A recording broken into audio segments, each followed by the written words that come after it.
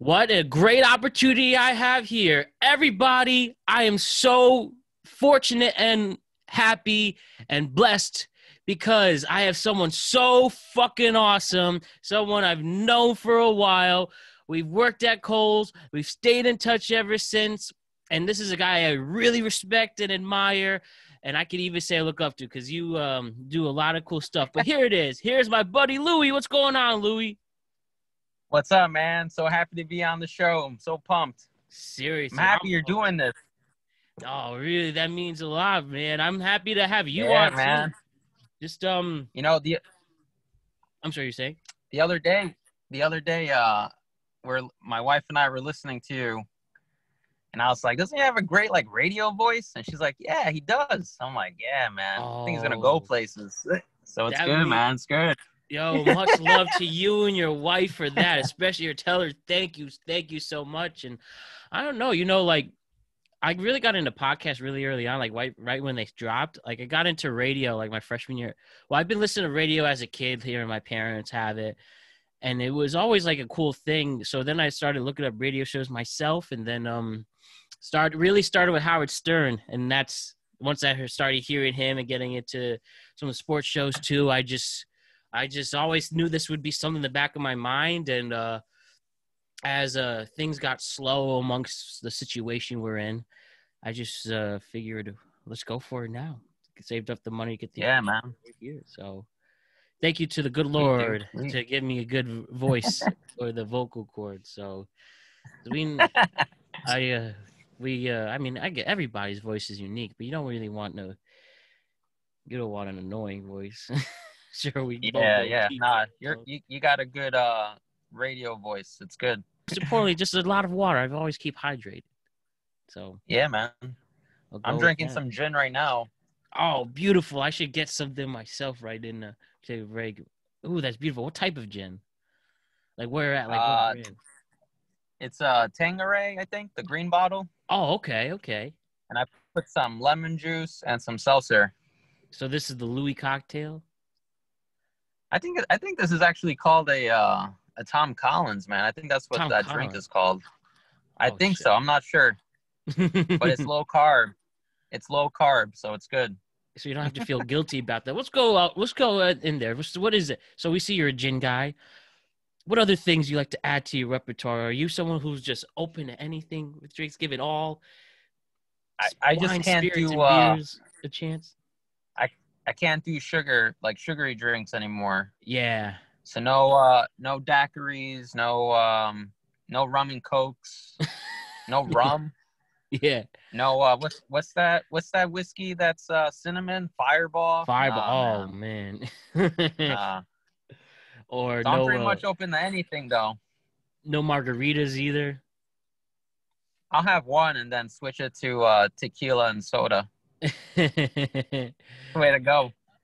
I don't oppose with that. Yeah, I never really like chasers. Like even when I started drinking, I never liked the idea of chasers. Like I always thought, why not just do it straight up? If we're having a goal to get a certain buzz go, I mean, obviously depending what you're doing, but if you're like trying to get a buzz going, don't want to get on those blackout levels.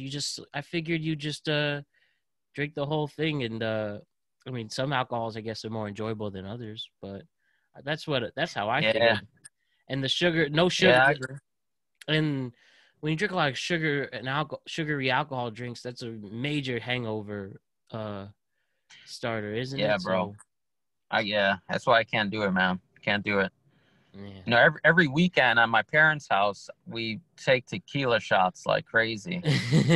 My father drinks Grand Marnier, which is like an orange liqueur, I believe, Okay. and everyone else is just tequila shots, tequila.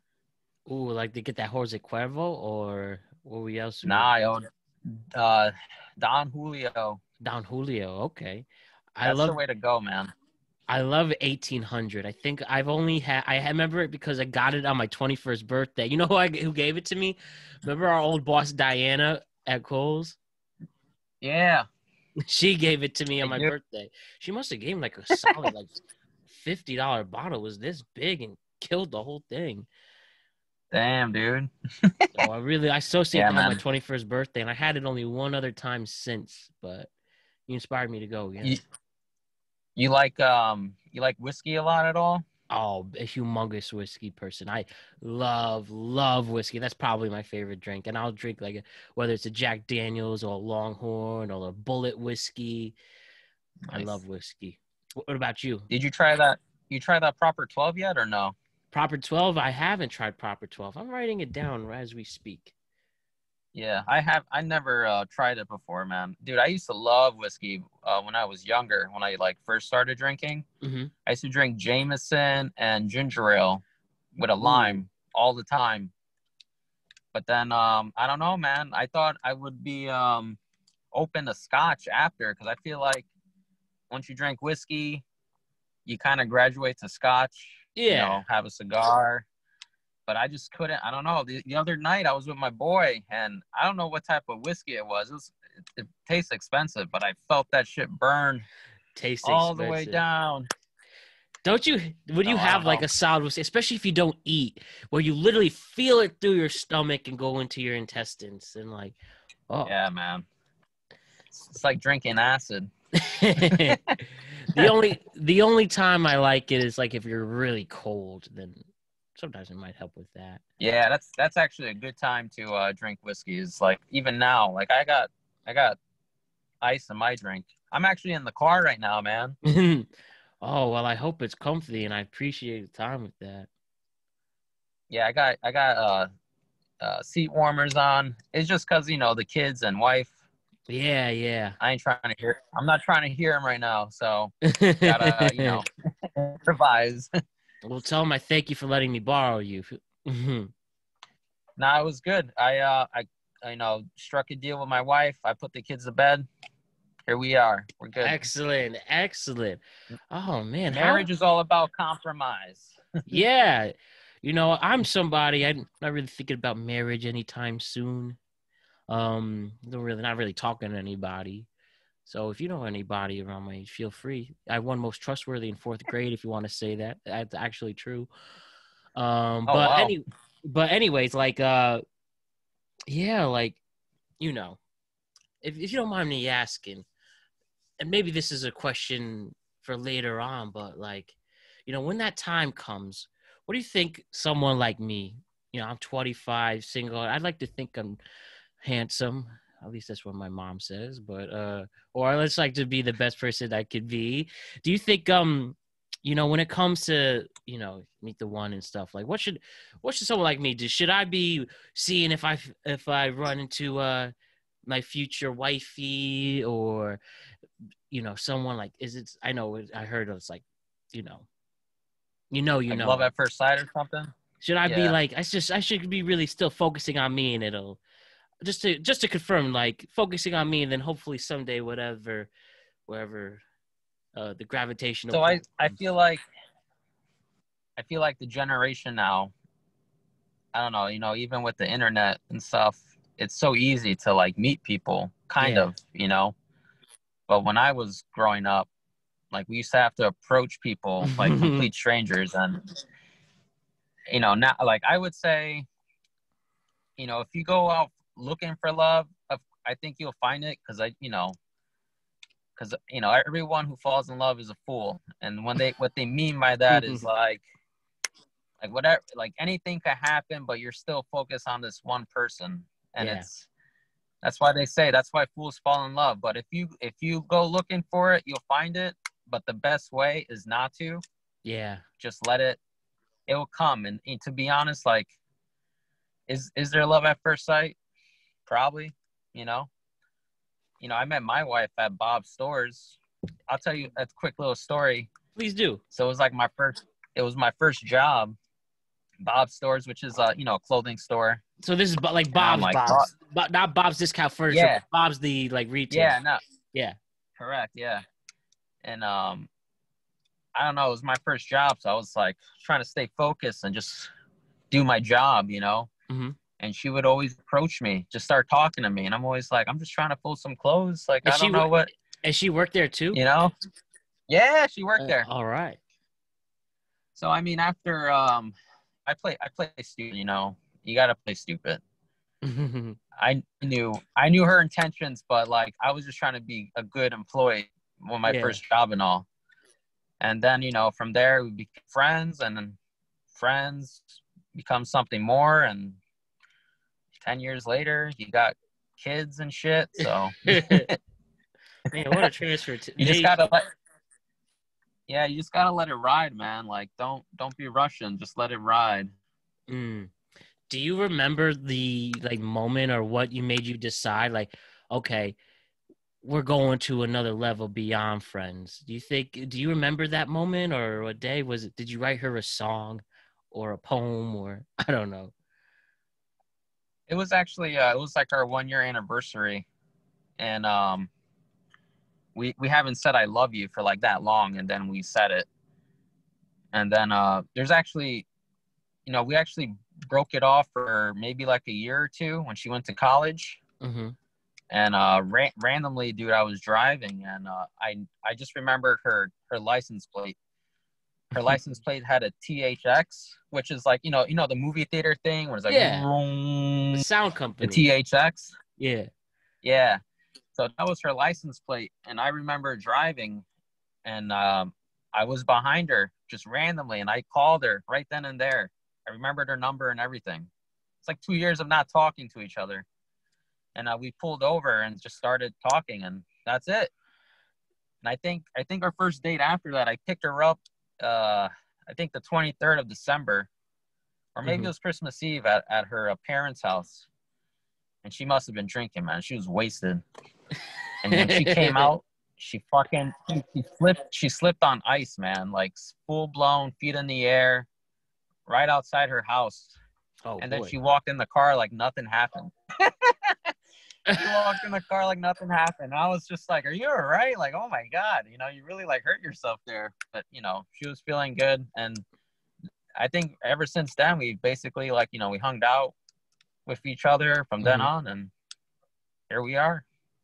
Now that's a beautiful story. Thank you for sharing that with me, Louie. See, I really think it does show Yeah. that things really are meant to be in this world. I think, like, at least around my kids my age, and where we try to figure out, and I've talked to both guys and girls about this on this podcast and off it. Just, I think we like to really overcomplicate things. And my friend Erica, who was on the show, she said that, and I was like, yeah, it really seems to we really seem to do that. And I just figured at this point, I really didn't want to put a front or figure out I need to make a formula. I'm just gonna be myself. You could take me or leave me.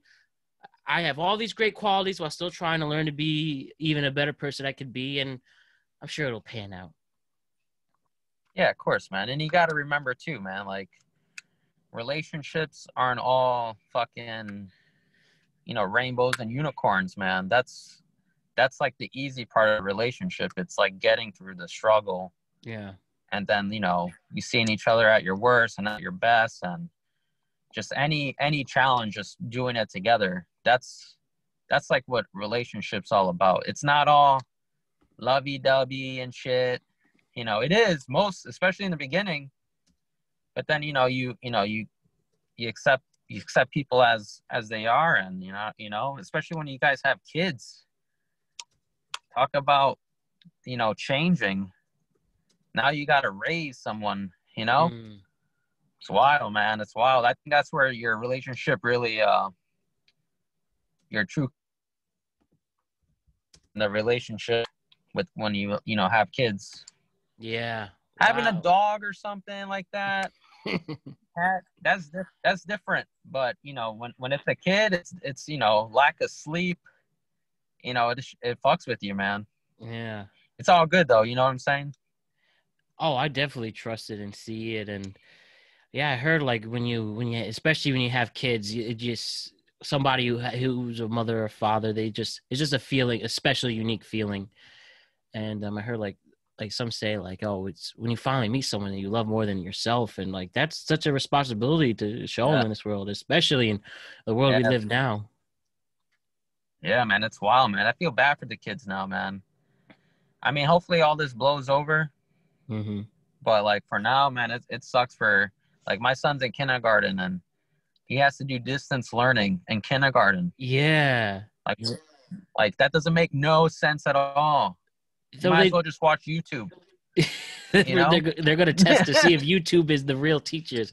Some people would argue that, but like, yeah, I could imagine like raising kids in this time, especially like there's whole teachers you as the parent and your child has never met. That's something else, and it's already so hard to focus in person. I can only imagine trying to take class on Zoom or wherever, right?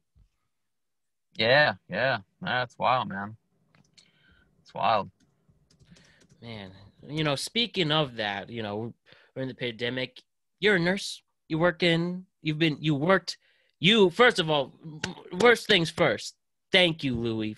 I know you get this all the time, and and I'm sure you and your fellow colleagues and coworkers. But seriously, I mean, you're a hero. You and everyone you've worked with on your staff really. I mean, I know it was probably some time, but I just want to say first things first, thank you for what you've done to help get us through this time and what we're doing now. So first of all, thank you for that. But, saying that, if you don't mind us talking about that a little bit, Yeah, sure, sure. So, how's I'm it been? actually I'm just a tech on at the hospital. So Okay. I like support nurses. Yeah. Um, when COVID first came out, it was whatever in the hospital, and then things started to go south, and we ended up becoming a COVID unit. So we were dealing with it's like dancing with the devil every day you go to work, man. It sucked. Wow. And you had to like gear up and shit. Yeah, it sucked, dude. I like hated it. And you sweated so much like under the stuff, and you could barely drink because you're like, your shit's all covered. You don't want to touch your face. Mm-hmm. But yeah, it was sad, man. Like, I mean, like most people who we saw were, they were sick from the get-go, and then this just kind of destroyed them. So like, people with diabetes and obese people, just people with emphysema and shit. So it was already rough for them. And then you got, they got the COVID, and it's, they're literally like fighting for every breath, man. It's like a struggle. You can't like fall asleep because if you're not like thinking about breathing, you ever like imagine like you always have to focus on your breathing to Yeah. like stay alive, and that's the only thing you could think of because it's involuntary. But so I mean, it was rough. We seen people die. It was bad, but hopefully those days are long gone on my floor. Yeah. So we'll hope for the best, but in a way, we're prepared. It is what it is. Where my father-in-law would say, like, we're doing God's work. You are. But I'm always like thinking to myself, though, aren't we doing the devil's work, trying to keep these people alive when, God got them sick? I'm like, I don't know what we're doing. I mean, But, like, I just, I'm just saying. with all the things that's happening, You who gotta knows think what's about going it. on? Yeah, man, you gotta think about it. Like, if it's meant to be, it's meant to be. And if we stop it, it's kind of like I don't know. That's the way I like to look at it. I'm not a Yeah. religious person. Mm-hmm. There is something out there, but when patients tell you God bless you, hey man, I'll take it. I'll take it. Of course, and I know it's just like it must be just. I mean, you explain it just that as that such a high-paced environment, people don't know what's going on. Just the fear of that. Like, could you say where are we at right now? Like, obviously, you don't have to say where you're at, but like, are we? Are we? It seems that the cases are rising. We may even be in another wave of this. What do you? How is it looking from where you're at? So to me, it's all about the deaths. Like, yeah, so many people could have it, but are they asymptomatic? Do they have symptoms? Are they going to the hospital for this? Like, all that's a factor. So I mean, like the hospital right now, our numbers are going up, but they're not giving the death toll. That's the thing. Last Yeah. year they told us how many people we lost. They're not doing that anymore. But there's a nurse who he transferred to an ICU. I won't say his name, Mm-hmm. but he told me, he was like, they're dying, man. There's people dying. And I always ask, are they healthy people? Like, Like, what's going on? Are they sick already? Because, you know, that's always a factor, man. You got to look at the factors and Right. who's getting sick, who's surviving. And they're all sick, though. That's the thing. You know, they're all elderly. They got other complications. A pre-existing So condition. it's correct. So that's, you know, if that's the case, it's kind of like, well, you just got to stay healthy during this. Take Yeah. your vitamin D, get some sleep, you know? So you definitely make sure we always have to really probably emphasize how important it is to wear a mask right now, especially in these times, right? Yeah, I mean, like, it's airborne. So, and I'm only Mm, saying that because, like, the elections, like, I heard the vice president say it's airborne. yeah. And I'm pretty sure, like, it's 100% airborne. So, that being said, whether you wear a mask, you got to wear an N95 mask for one, and you have Mm-hmm. to be properly fit. You got to make sure there's no, you know, break a seal. Yeah. So, I mean, if it's truly airborne, wearing a mask, does it help? Yeah, it helps. But if it's in the air, bro, it's in the air. Mm-hmm. What are you gonna do? It's what we breathe, you know. So this is kind of, you know, to me, it's kind of like there's no. You know, I just wish they would say like it's airborne. If everyone just stays inside for 2 weeks, you know, don't go outside only if you like really have to. Yep. You know, we'll disinfect everything. Then maybe, but I don't know. It's I don't know, man. The whole mask thing, yeah, wear your mask, especially out in public. If you're going on a run or something, I don't know, man. I don't wear a mask when I run. I can't fucking breathe in it Yeah. when I'm running. But As long as I feel you're, like if you're go ahead. I was gonna say, I mean, that's fine as long as you're like running and not near anybody, you know? Yeah, that's right. Yeah, I mean, like I'm not like when I run in the street. I avoid people. Yep. So I And mean, like I feel like I'm doing my part. I'm right. trying to stay away. Like that's probably the best thing as somebody who's in those trenches right now is everyone just do their part, be responsible, and Yeah. and you know, we sad. In fact, today as we're recording this, Pfizer announced that now they're, you know, we've seen Pfizer announcing their vaccine that's hitting at 95%, and they might be submitting it to the FDA as early as this Friday, and they might be able to start using it for emergency use. How do you feel about Yeah, I that? saw that. And also Moderna is another one. And the battle of big So farms, who's going to be the hero with the vaccine? so I read that. I mean, there was talks about, I guess the United States will only get like 12 million for the first year, Yeah. 12 million vaccines, and they'll probably be focused on like healthcare workers, the elderly, and probably people with money. You know, if you could pay for it, you get it.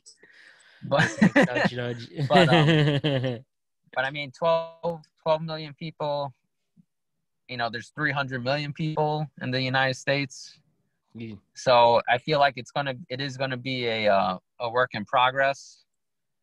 I don't know, man. Like, you know, I was talking about like the flu shot. Like, how many people you know don't take the flu shot? Yeah, You know, exactly, right? and it's like the flu. You know, the flu would be bad every year if people didn't get the flu shot. Somewhat, you know. Yeah, I took a flu shot. That I did too, man. Dude, it fucked up my arm. I couldn't even do a push up. It doesn't hurt. Yeah, I just can't like. I was like, dude, like, what's going on? I can't lift myself up. It's weird, man. it did knock my arm out for a solid 2 days, and I'm like, oh, what? Dude, I got this shit like on the 11th, and I'm still like, Oh, no way, to be shit. honest though, I this like 2 days ago, I tried to do a push up, and I was like, oh my god, I feel like I'm missing a muscle here. Ooh. Nothing hurts. I'm just like numb there, so I don't know. Oh, But we yeah, and all so the like if listeners you hope you're okay. so if you think about like a COVID vaccine, Yep. dude, man, so many people won't take it, which is fine, you know, but the people who do, I don't know, man. Like vaccines are cool. I'm for them, whatever, Yeah, me you too. know, but I don't know. I don't see it clearing up in a year. I say maybe 2 years. Like 2022 would be when we can maybe We'll see. probably, yeah. Like Yeah. if they release it and people start getting it in say like 2 months from now,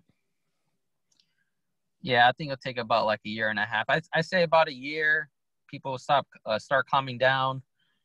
I just like any type of illness or virus, the weak will go first, and if you're strong, you survive. Your body adapts. Your body's an amazing thing.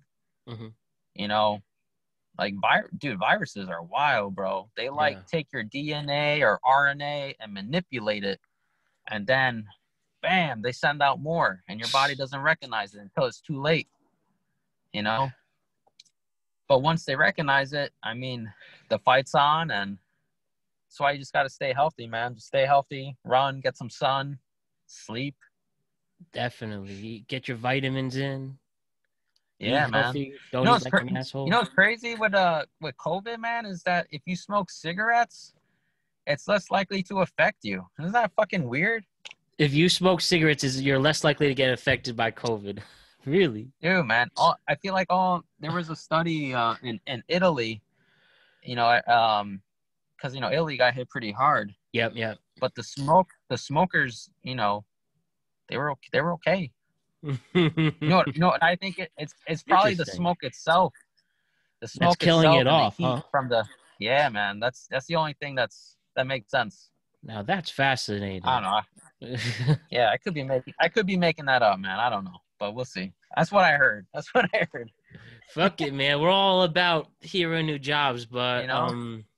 yeah, like or hearing new ways to make our lives easier. So I mean, yeah, whatever it is, we just do our part to stay healthy for. I mean, in general, in ourselves, we should focus on our health for our own sake and family's sake, and then just being Yeah. responsible. And this will end sooner rather than later if we do that. And Yeah, for sure. keeping the For faith, sure. keeping the faith. All right. So why don't we get into some lighter things? Louie, you love music. I love music. We Yeah. love geeking out. All types of music. Listen, all right. Here's one question I thought of for you specifically. All right, we're fans of rock music, in the various genres of rock, whether you're alternative, heavy metal, coffee shop. We love seeing guitars, basses, and drums going in, right? So, Oh yeah. uh, Rock I and roll. I want to break down. So we're thinking of the four of the main. Usually a band. Usually some have extras than others. We think of, the guitarist, bassist, drummer, singer. I want you and me to break down some of our favorites from each of those. So first things first, can you tell me some of your favorite bass players? Oh man. All right. So one of them for sure is Chi Chang. He's dead. He was part of the Deftones, Oh, but he had I didn't. I yeah, know the he had Deftones. I some didn't know his really name. yeah, he had some really sick riffs. He was a finger player, Mm-hmm. no pick fingers, so it's a different sound with hard rock music it is, but I would say him on bass for sure. Him on bass for sure. But damn, man, this is a hard question because they have to be like a certain genre, like Yeah, of that's why. Because music. it doesn't have to be your favorite. Just a Oh, list. just Oh, okay. yeah, it doesn't have to All be right, all right. your favorite. I'm saying just like just some of your favorites. Like for me, if we're talking bases, I love Flea and the Red Hot Chili Peppers. Get that funkiness, that Okay. slap out there. Be Yeah, hard dude. either. I love Rage Against the Machine a lot. So Tim Crawford on the Yeah, dude. bass, he's Yeah, got some. dude. He's very underrated, I would say. For Um, sure. you talk about Mike Dirt from Green Day. Uh, Dude, I don't know the bassist name, but there's this band called Rufio. Rufio. And yeah, Rufio. And he's a sick bass player. And I don't know, I'm blanking on this guy's name, but the guy from Rancid, he's a sick bass player too, man. He's a pick guy, but he's fucking nasty, man. Talk about like, I don't know, sometimes I feel like guitars could do a lot more, but this Mm-hmm. man is like ripping it, and while it's just power chords or whatever, and this guy is just like pretty good. Jerk. Yeah, it's pretty sweet. So I would say him too, man, for sure. You ever heard of the band called Mr. Big? Mr. Big. Yes, I have. They're the ones that sing I'm the one who wants to be with you. It's an acoustic song, but the bass player, he like does like these solos. He's like, Oh, bam. it's wild, bro. It's wild. I forget his name, but he's a sick one too, Mr. Big. Hell yeah. Hell yeah. I also like Robert Trujillo from Metallica. Oh, I also like dude, he before was, you were saying? dude, that guy was on Suicidal Tendencies Yep, yep. before. What a Dude, pickup, right? I love that guy, man. I also liked what's his name? Even the bass before it from Metallica. Oh, Jason. No, not Jason. That's Jason Newsted. Yeah, Jason Newsted. He yeah. goes in. Is Obviously, he? Cliff Burton, R.I.P. The original one. Yep. You gonna Yeah. say I was gonna say Cliff Burton's dead. Yeah. the famous "For Whom the Bell Tolls," especially. It goes in, man. I love Metallica. Metallica's my ultimate workout band. Them and Rage Against the Machine, I could go in. And I really like. I Wow. love live music. Like I love listening to live music as well. So I love like pulling up Metallica Woodstock '99 and I can just pound Rage Against the Machine Woodstock. Dude. Any fucking Woodstock video you watch from '99 is fucking insane, dude. Dude, why don't we go with it real quick? Because I'm low key fascinated by when I first. This is how I got to know Woodstock '99. So I really got into rock music because of Guitar Hero. That's when I first like really introduced to. So then I got into the band's catalogs. I'm still a Rolling Stone subscriber, and I got into them. So that's really when I started really getting into rock. So yeah, I looked up. I really like this song "Suck My Kiss" from Red Hot Chili Peppers. Red Hot Chili Peppers, which was a song Guitar Hero 3. So I looked it up one day, Okay. and the first available one was "Suck My Kiss" from Woodstock '99. And then first you see Flea's naked, so I was like, that's savage. And then it's like 200,000 people just going off. And then I went to like look up more of this. This was the big anniversary, and then the whole. For those who don't know, they had a lot of riots. People were very angry. People were intense, but they had such a killer lineup as well. So, damn. Can you tell me what are your thoughts on Woodstock '99 in particular? Dude, so Limp Bizkit killed it. Like I know a lot of Limp Bizkit gets a lot of backlash and shit. But if you think about like the new rappers coming out now, like Little Pump, all that shit, dude, they're doing what Limp Bizkit did, man. Yeah. Like Limp Bizkit, they were the first, like they were rapping, man. They were rapping, but they got the crowd, man. So if you ever watch the whole Woodstock '99 Limp Bizkit, they fucking rock, dude. They rocked the house, man. They did it all for the Nookie. Yeah, fucking awesome. And Korn, mm-hmm. dude, Korn, like fucking killed it. And I think they all were, dude. They were on some drugs, man. They were like tripping out, dude. They let I it saw all a documentary. out. Yeah, man. I think they were in awe because, dude, that crowd is huge. Yeah, 200,000 people. Yeah, dude, man. Yeah, DMX killed it. You know what's funny, man? I like looked up the lineup, and I forget who it was, but it was like Sheryl Crow, DMX, and then like Alanis Morissette or something. I'm like, dude, man, what a crazy lineup! And they all fucking killed it, man. Yeah, like they all killed it. I would say, like, I know there's a lot of controversy within the crowds, but for the music itself, there's a lot of good acts. And like you said, Metallica did good in it, Chili Peppers, dude. Bush. Rage. Yeah, Rage. Bush killed it. Rage. I think that's the best I've ever personally seen them play a set from the YouTube videos I could get. And they were gonna I don't know if you knew this, they were gonna go on tour this year, except obviously COVID hit. They were gonna play 4 nights at Madison Square Garden. Yo, I heard you had tickets. You were gonna go, and it got canceled. Yeah, man, dude. Yeah, I heard. I wound up selling those tickets that on your podcast, bro. Thank you. I wound up getting the money back. But hey, if you're down in this August, Louie, I'm down. I want to let you know that right now. And I'm so Dude, serious. I'm fucking down, dude. I Oh, love hell concerts, yeah. man. And then Run the I Jewels gotta is going to wear perform too. Run the Jewels. Yeah, I think they're opening for them. Dude, I never heard of them. I never Oh, heard you of never them. heard of it? You ever heard of Killer Mike by any chance? You Say it again. ever heard of Killer Mike by any chance? It sounds familiar. Is he a rapper? Yeah, he's a rapper. He's a very big activist as well, but it's him and another guy. It's a two-person duo, and they kill Oh, it. okay. So, yo, man, I'm gonna be in touch with that, just so you know. Yeah, for sure. And you mentioned, before we get back into naming some of the great musicians, you mentioned some concerts. Now, I mean, we were talking about concerts, and you're a concert fan, and I'm a Yeah. concert fan. Could you tell me some of your favorite shows you went to? So,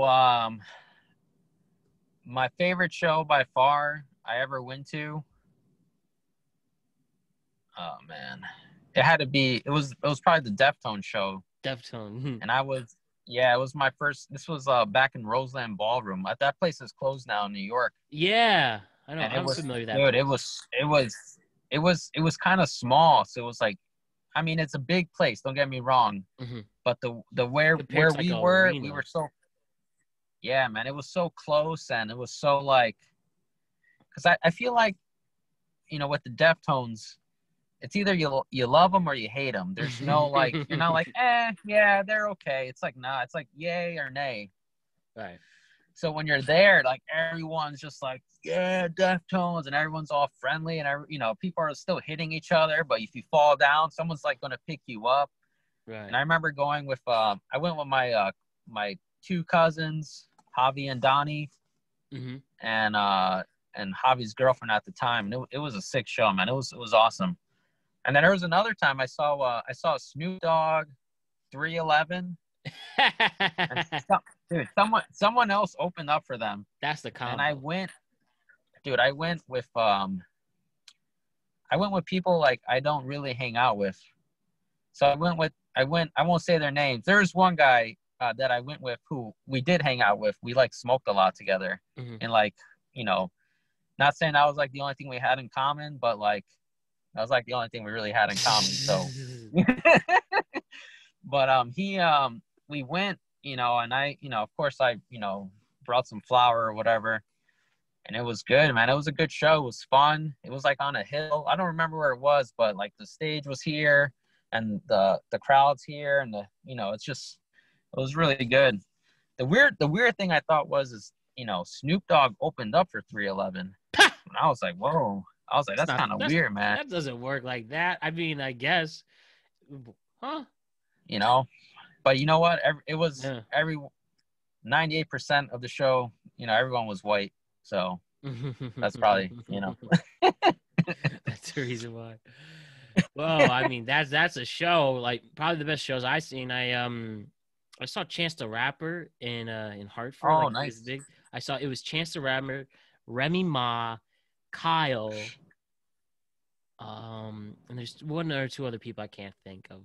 But that show was insane. It was like a war zone. It was in like 3 summers ago, hot summer. There was 45 people, Louie, that went to the hospital that day. And I saw like, I got to gross with people. I saw a guy's leg completely turn the other way. I saw people running in a hospital, like, medical personnel running here and stuff. I saw this person push a cop to the floor, to the ground, and he still kept running. Dude, I hope someone died, man. That would be epic. No, I'm just kidding. Well, it felt like a war zone, bro. I was enjoying the show, and of course, getting lit with whatever. But at the same time, I was like, bro, I don't want to be in shit scary. So I don't want to Woodstock 99.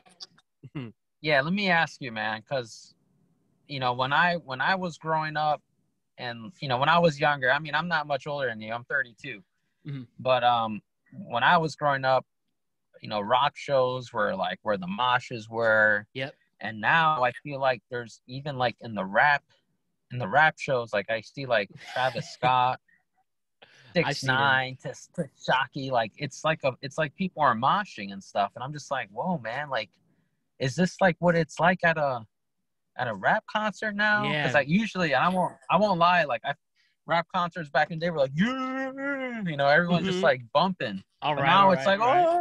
oh shit. So you know, to me, I don't know. It's weird. The last I saw, you ever heard of Joey Badass? Of course I know. I love Joey Badass. Yo, so 95 till infinity. I saw him, dude. I saw him at Toad's place, Okay. maybe like 5 years ago. Hell yeah. The great famous I place for I anyone in didn't, New dude. Haven. I didn't.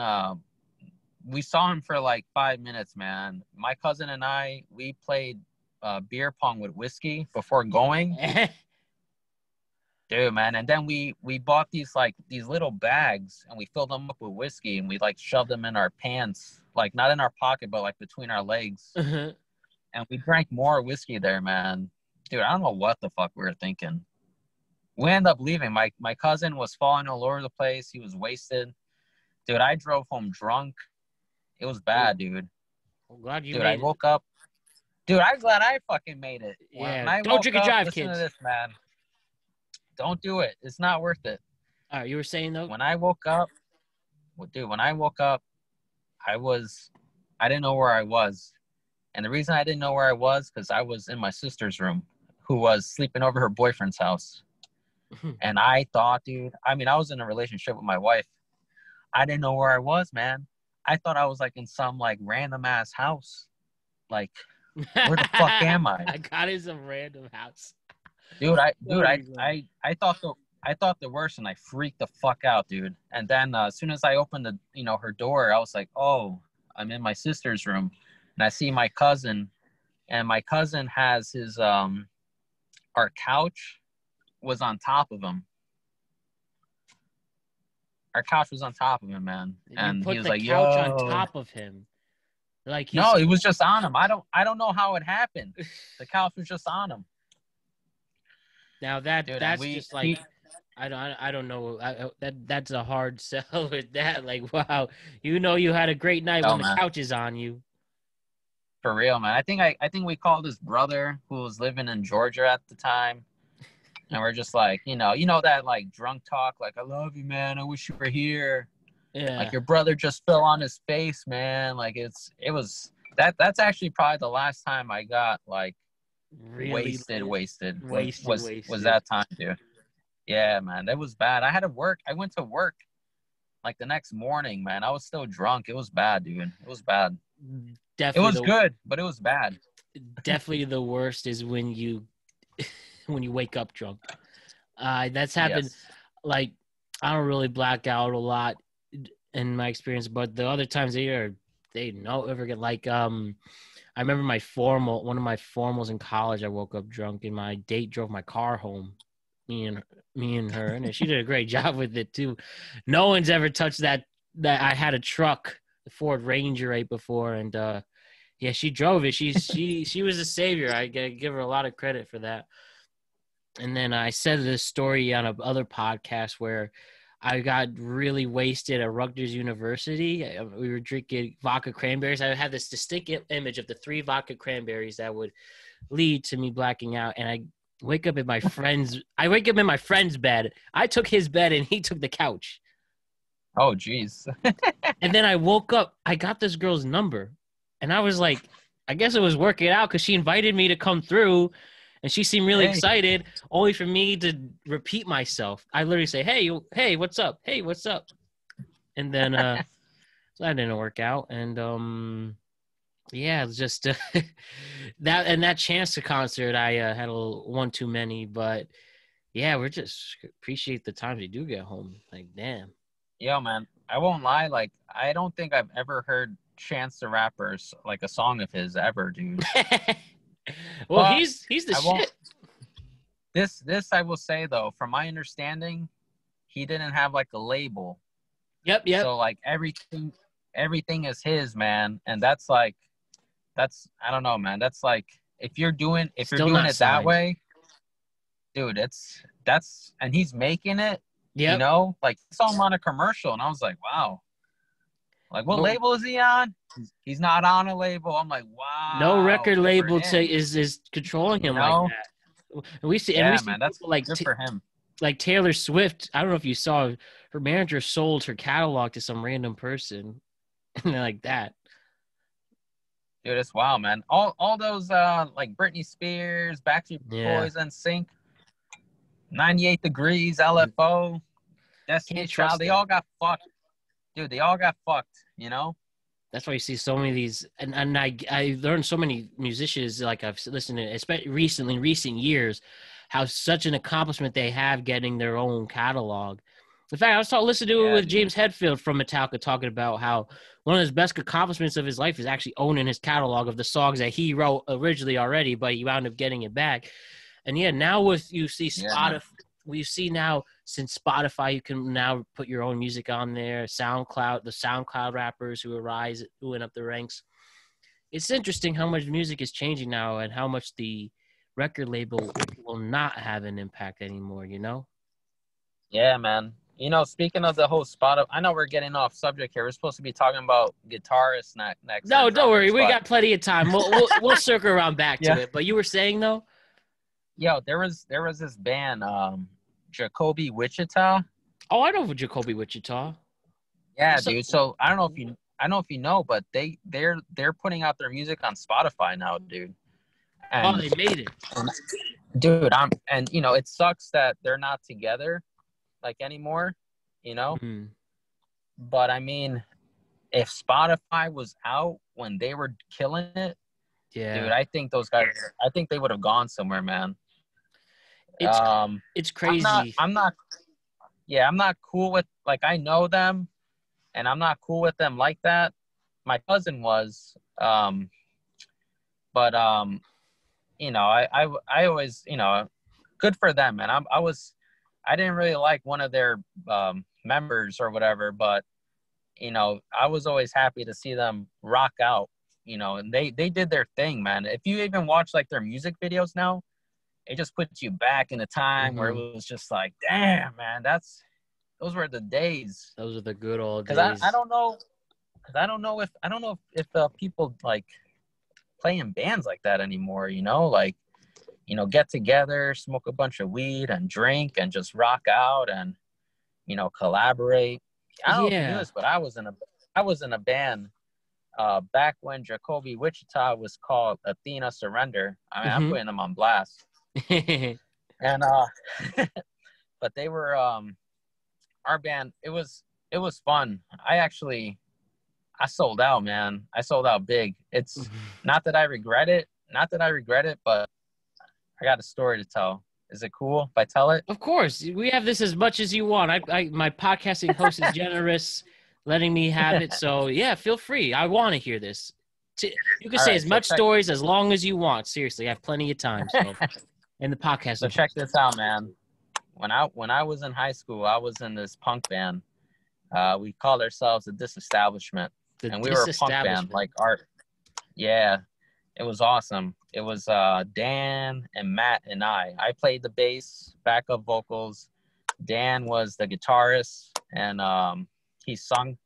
He had a good voice too. Good stage presence. He was, you know, he's all about the PUNX punks. You know, it was Mhm. awesome. We all had leather jackets. It was good, man.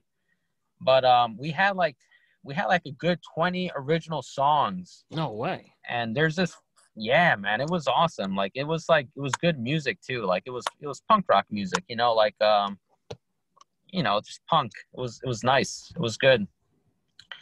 And then this band was like auditioning bassists for, you know, because they wanted to play Battle of the Bands. And I was like, Battle of the Bands.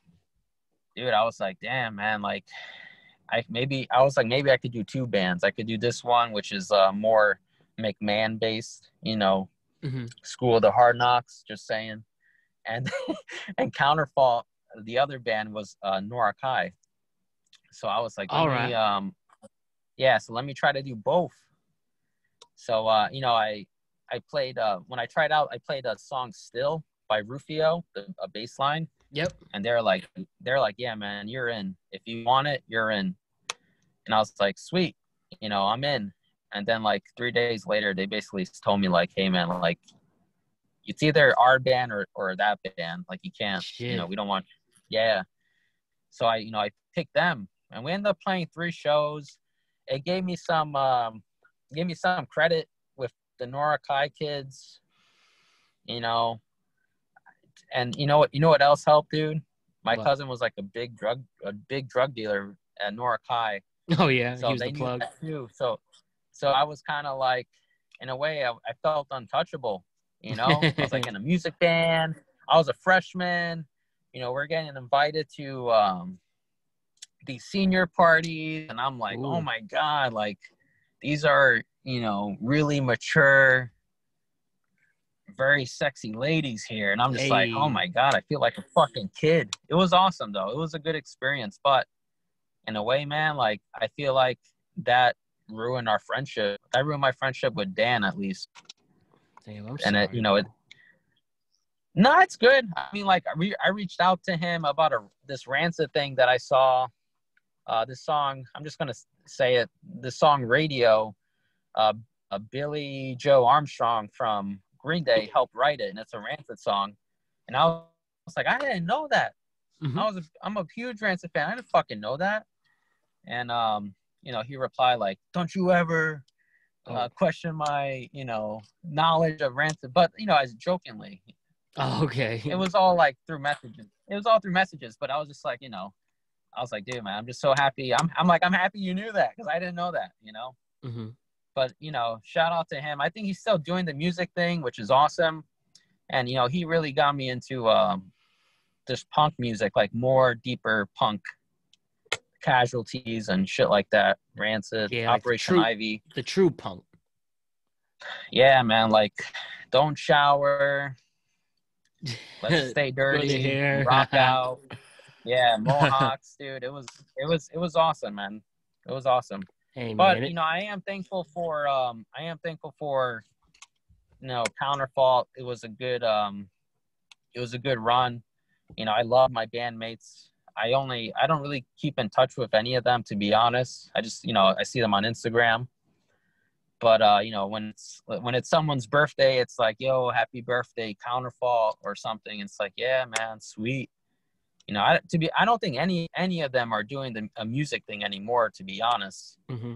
Which in a way is, it's sad, because it's like, I remember I stopped because it was like I got a job and I just couldn't I couldn't do both, Right.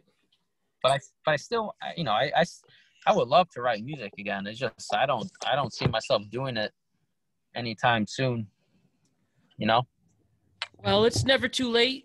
You got my support when you want to make your comeback.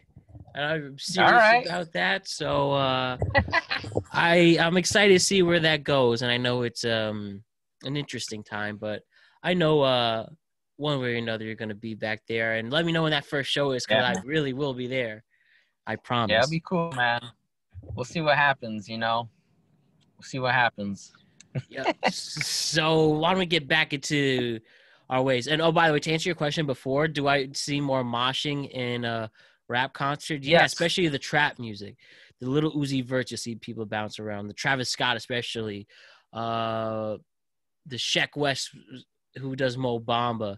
You will actually see that more, because really rapidly, the mainstream at the moment, that trap music, that, like you said, the Lil Pump, the Trippie Reds, with all that, they really put like almost rock beats and twos, like recorded with an actual band. And especially the late and great Juice WRLD had a lot that, like, you would think he was probably, if you saw him, see his background, but you'd think he was probably like in a punk band and stuff.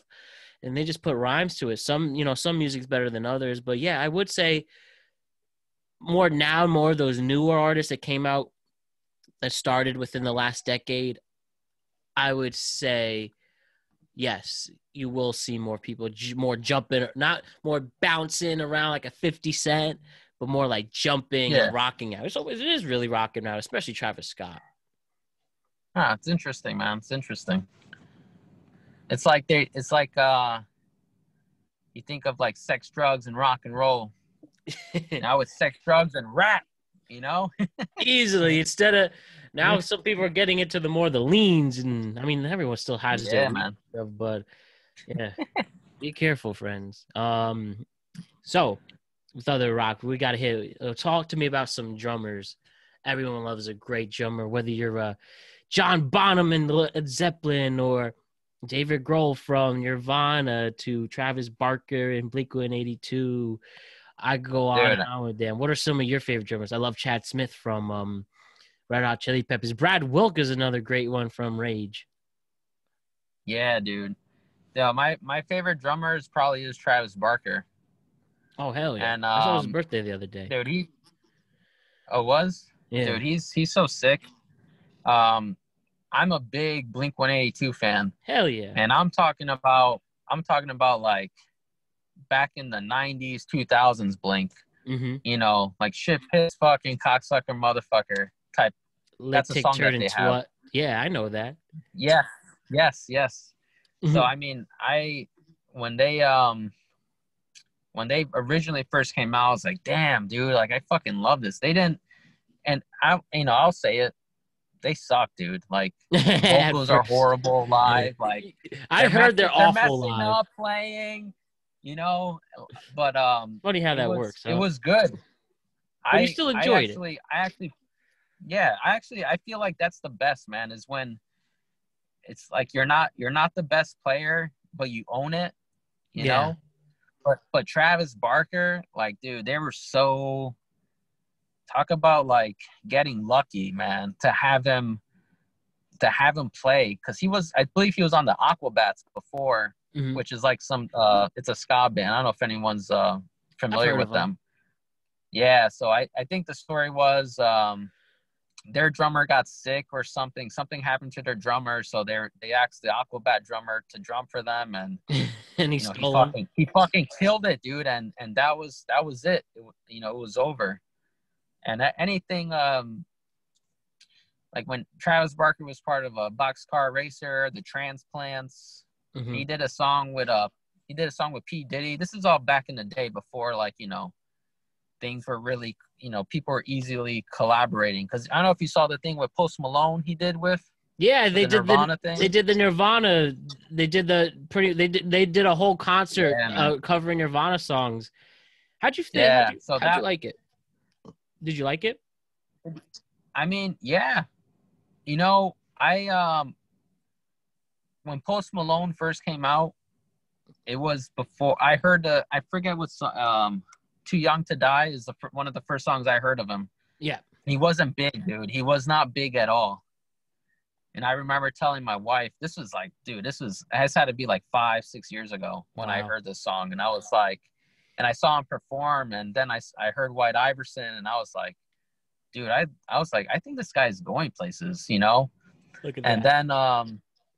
And then he kind of he was more rap focused and stuff like that. But then he got to a place where I think after he toured with Bieber, he got to a place where he was actually able to be like, I like rock music, like a lot. And then it's like, you know what? I'm going to try out this rock stuff too.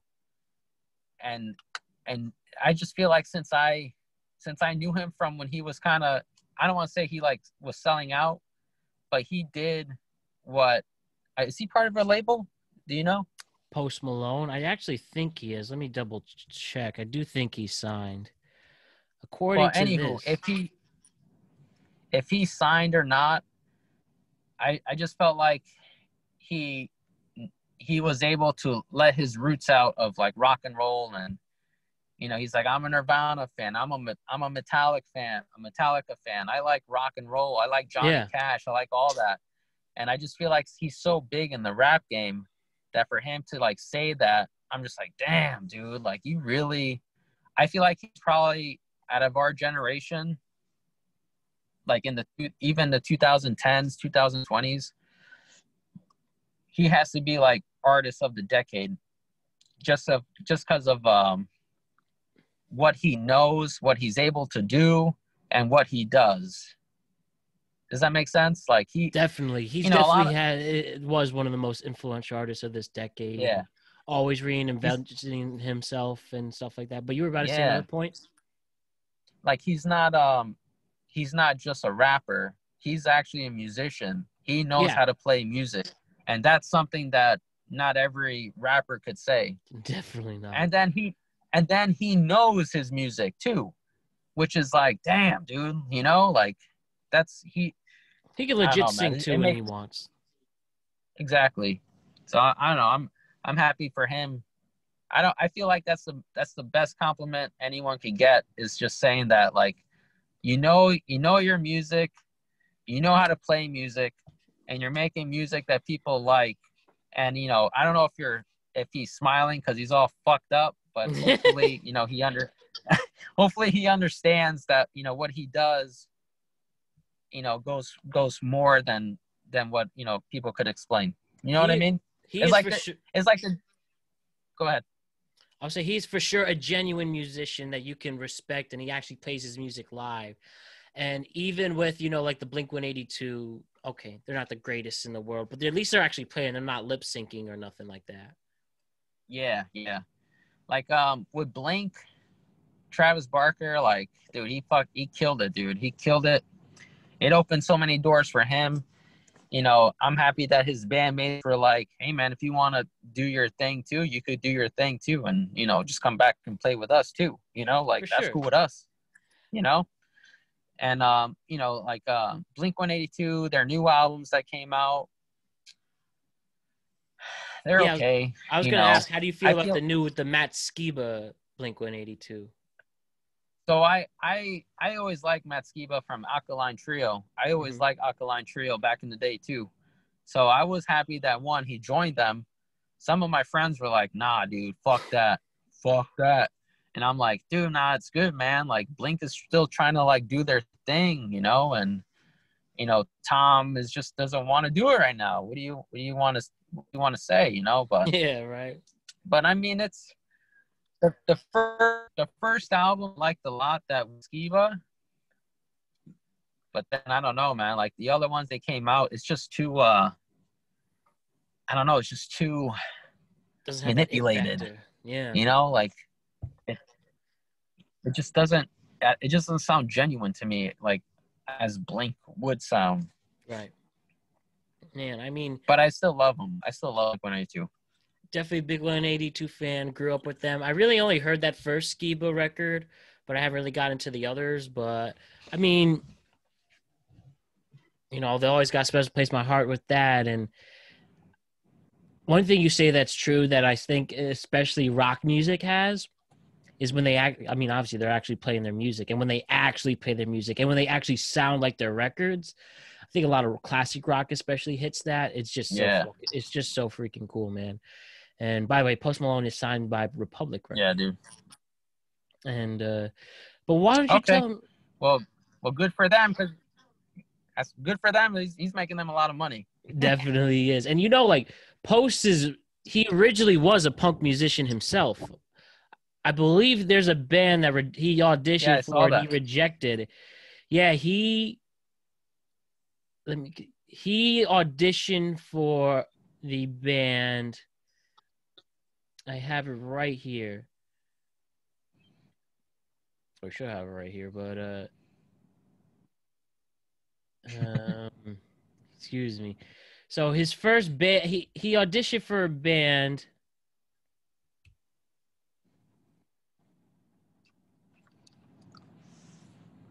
Oh well, I know this was. I'll find it. But he auditioned for a band that rejected him, and well, who knows what if they let him in? But yeah, that's his original background, and it's cool that influence. I don't know if you heard in the last album. Yeah, both a lot of rock and rap. He did a song with Ozzy Osbourne and Travis Scott. That's awesome. So Yeah, good for him. I think, and I actually read it last year, an article about how the 2020s will be a decade when rock makes a comeback of some sort. Um, I can't I name you hope so, dude, because bands at the moment, but I do think it's going to come around. good. That was a shit back in the day when I was growing up. It was all about, you know, bands galore. Rap was still doing its thing, but it was just more, I don't know, like more rock, Yeah. you know. But It's just hitting the mainstream. what are you Yeah, gonna do? exactly. I know it hasn't been since 2007 since a number one rock song hit the billboards, which was So, Fallout. speaking of drummers, Yes. I don't know his name, but the Lamb of God. This is a metal band. Yo, I know Lamb His of drumming God. is sick. He has the double pedal. Mhm. Yeah, dude, the double pedal was awesome. I think his name is Joey from Slipknot. I don't think he's part of the band anymore, but he was a sick drummer too. I don't know, man. There's Was his drumming name is I don't know. There's some. What's up? the drummer Art Cruz for Lamb of God? Is that him or is that the new one? I think that's the new one. I think it's the Uh, one before. I forget his name though. Maybe nah. It's definitely not Art Cruz. He's definitely not Spanish. mhm. Is it Chris Adler? Yeah, that's him. I believe that's him. He was Okay. sick, dude. Do you The like the, the the double pedal. I love Lars Ulrich's another good one. Yeah, he's good. You know, he kind of, I won't lie, man, ever since the whole Napster thing. Could you tell were you around to remember Napster?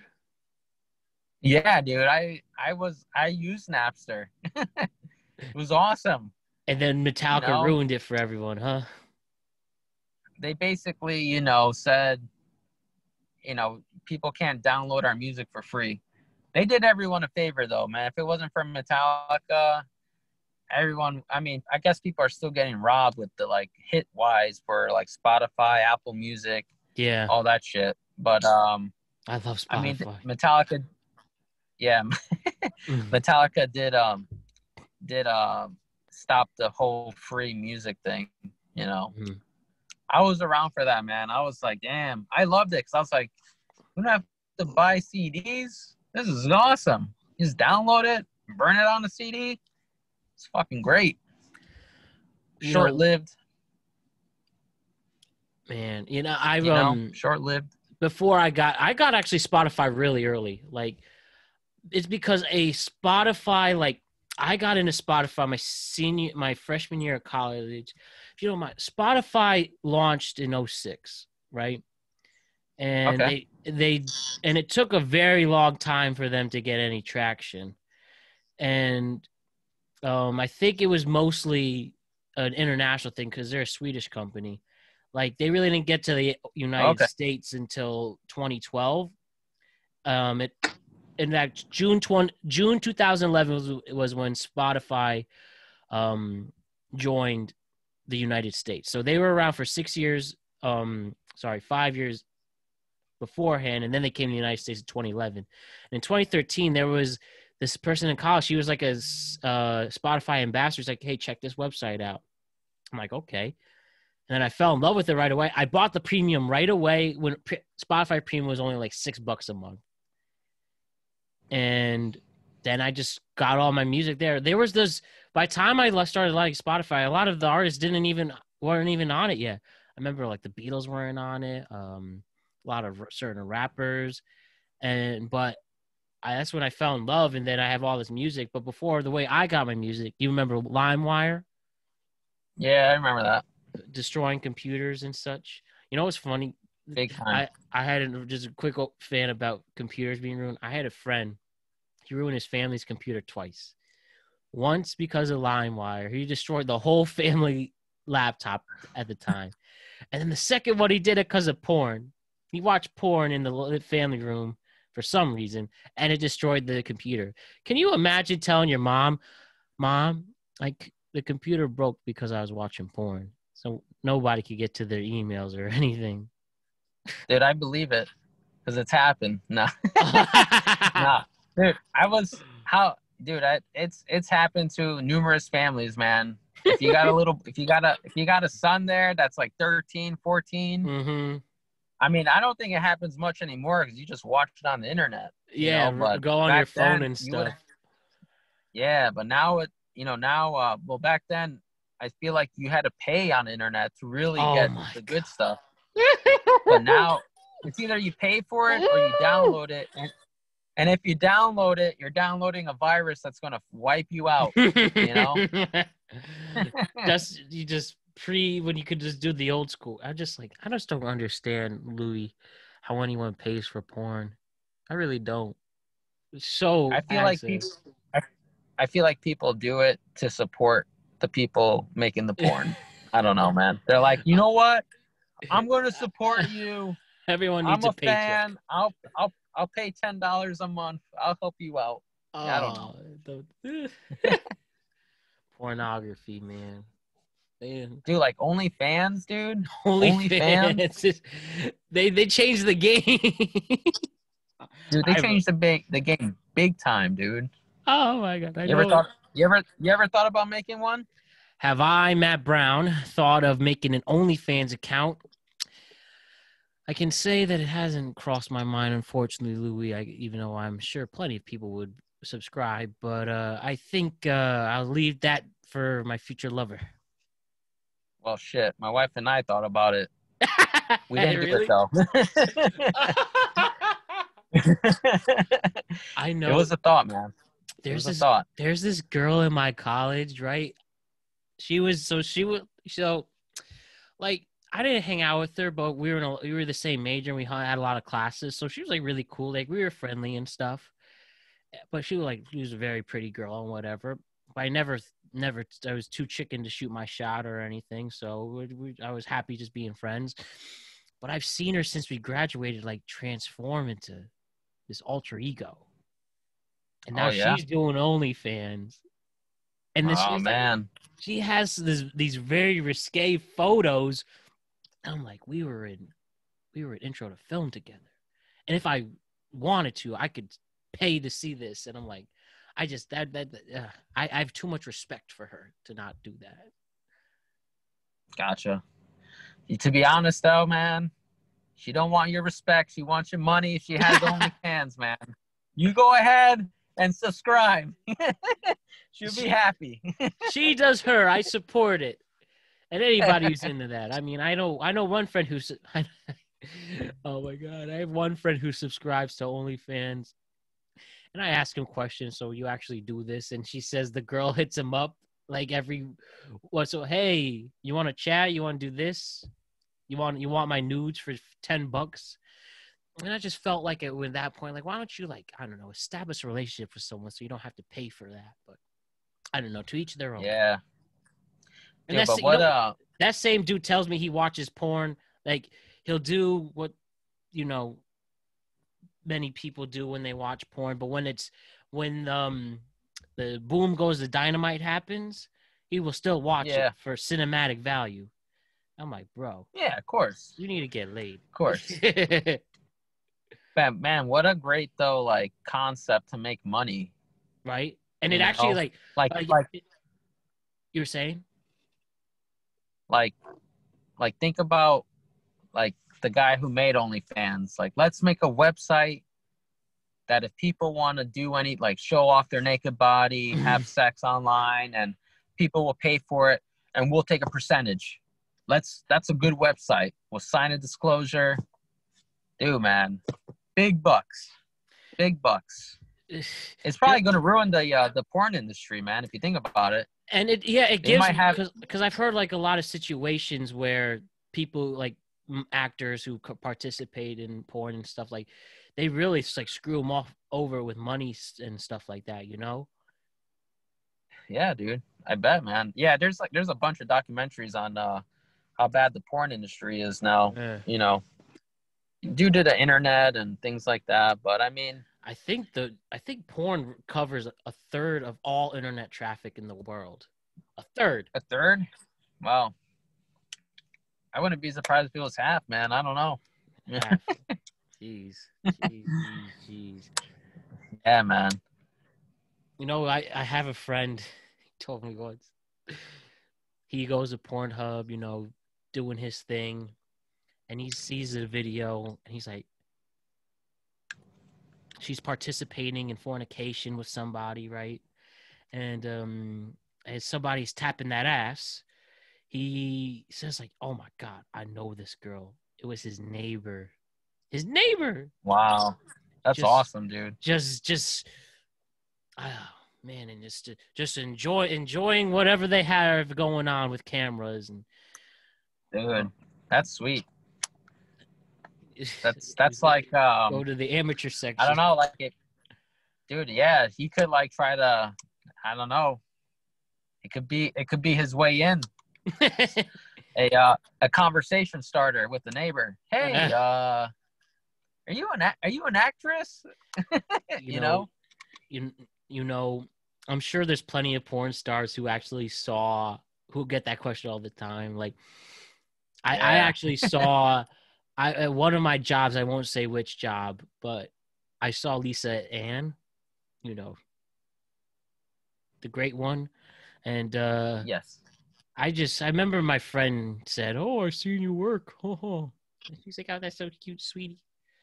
But I'm sure they get it all the time, right? Yeah. Oh man. So Yeah, man. That's wild.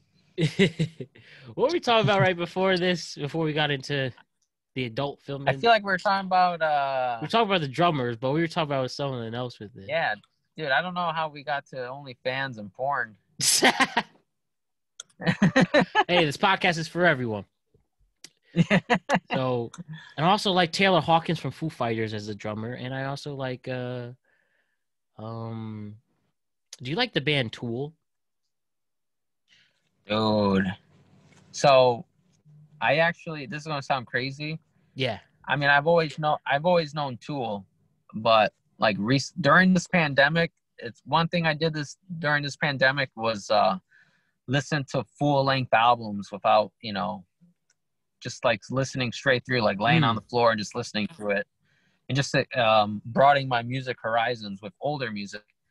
And dude, Tool, man, Mm-hmm.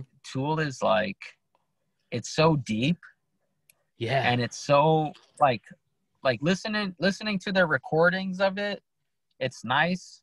But if you like watch live video, dude, it is fucking heavy too, Oh, man. I've It seen. gets fucking heavy. They really played. I think they're gonna the roof's gonna be destroyed. Like, you know that band, you know that song Schism by Tool. Like I mentioned Tool because I love the Tool. Yeah. The Tool drummer is fucking awesome, and I mean just badass and playing around. I can hear the bass from my headphones.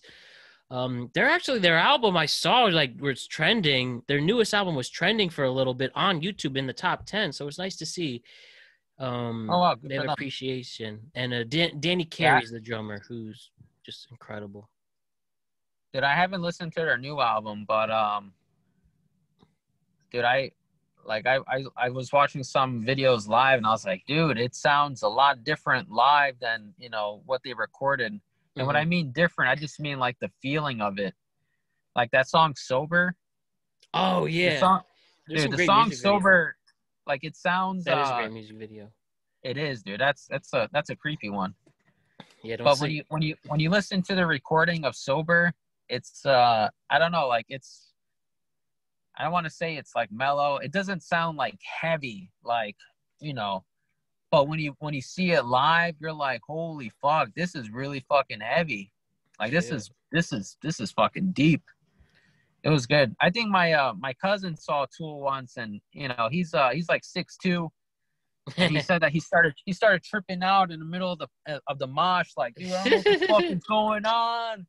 But it was like the visual and like the vocals, Yeah. everything was just so like. Can you imagine tripping during a Tool concert? Yeah, Live. dude. Shit. Yo, what's that? So why don't we get to the guitarist now, man? First, R.I.P. Eddie Yeah, Van dude. Halen. That was always a big Dude, one. dude, that's sad, man, that he passed. Mm-hmm. I wonder, what was it, throat cancer or something? Yeah. Did he smoke, man? Did he like smoke cigarettes like that or something? Yeah, he was a heavy smoker, sadly. Wow, I think he also that's had rough. tongue cancer too, so tough, man.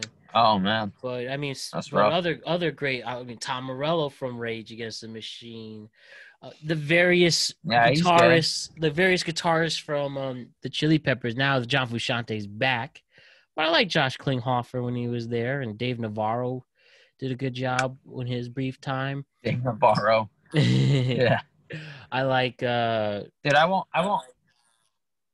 lie to you, man. I'm not a huge fan of the Peppers, dude. Really? I'm not a huge fan of them. Not a fun And it's fact. only, you know why? Why is that? You know why though? And they're just all about the West Coast, man. True, true. Like it's all about West Coast.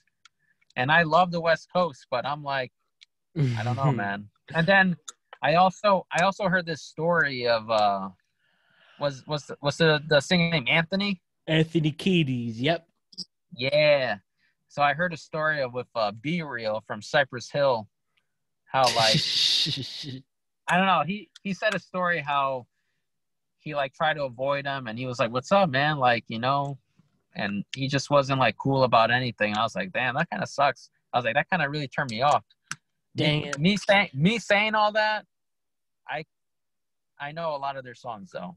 Oh man, that's my favorite band, but I totally respect your opinion, and Yeah. there's always bouts around with them. But another band I love, those are some of like the big guitarists. I'm thinking the top of my head. I know some more. I mean, Jimmy Page, can't go wrong with him.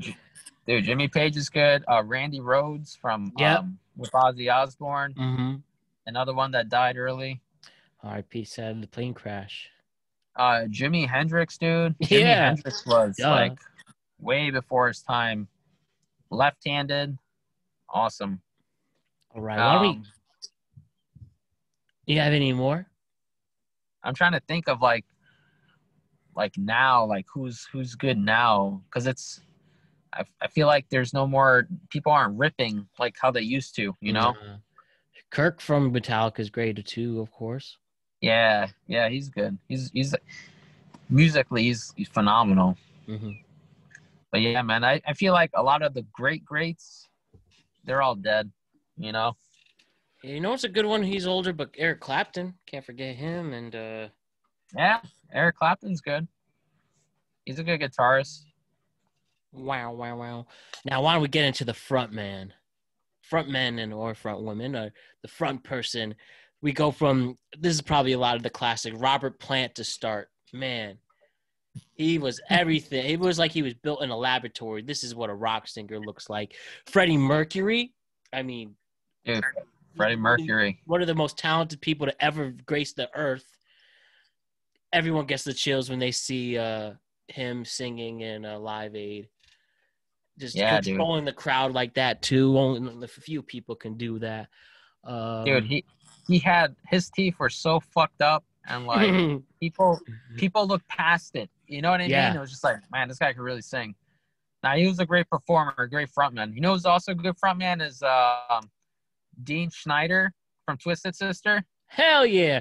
Hey, funny you mentioned that. Did you ever hear that story when he went in front of Congress? They were trying to pass this law, and then he just put him in their place and shit. You ever heard that story? Yeah, dude. I saw the videos of all that.